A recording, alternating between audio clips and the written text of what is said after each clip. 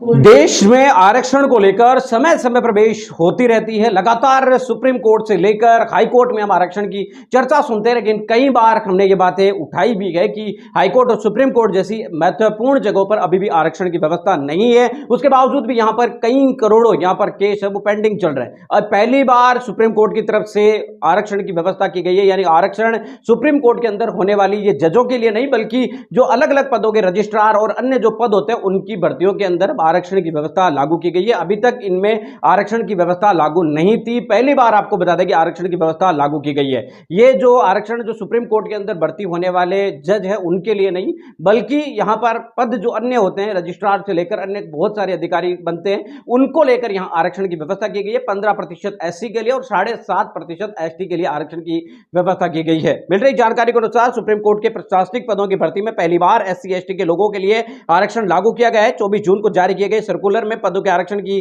जानकारी दी गई है। सुप्रीम कोर्ट में हर साल 200 पदों पर भर्ती मंजूर की गई है। इस तरह हर साल होने वाली भर्ती में 15% एससी के लिए और 7.5% एसटी आरक्षण लागू रहेगा। ऐसे में कुल पदों को 30 पदों को एससी सीटों के द्वारा और 15 पद एसटी के लिए तय किए जाएंगे। सुप्रीम कोर्ट का यह फैसला सामाजिक न्याय के लिए बहुत महत्वपूर्ण माना जा रहा है। इसकी लंबे समय से मांग चल रही थी, लेकिन आखिर सुप्रीम कोर्ट की तरफ से आपको बता दें कि अब जाकर इस मामले के अंदर फैसला लिया गया है। वर्तमान में आप सभी जानते हैं कि चीफ जस्टिस जो है बीआर गवई, जो माननीय बीआर गवई साहब है, वो आपको बता दें कि अभी कुछ दिनों पहले ही वो चीफ जस्टिस बने और कुछ समय ही उनका एक कार्यकाल है वो रहने वाला है। देखना ये बहुत महत्वपूर्ण होगा कि वो अपने इस छोटे से कार्यकाल के अंदर देश के लिए क्या महत्वपूर्ण कदम उठाते हैं जो उनके लिए यादगार बन सकते हैं। और उसी बीच आपको बता दें कि एससी एसटी के लिए इस सुप्रीम कोर्ट के अंदर आरक्षण की व्यवस्था करना अपने आप में एक बड़ा विषय माना जा रहा है, क्योंकि अनुसूचित जाति जनजाति के लोगों को भी अब यहां पर मौका मिलेगा, जिसमें 200 पद हर साल यहां पर भर्ती होगी। उसमें 30 एससी के, 15 एसटी के, कुल मिलाकर 45 अधिकारी जो है एससी एसटी के भी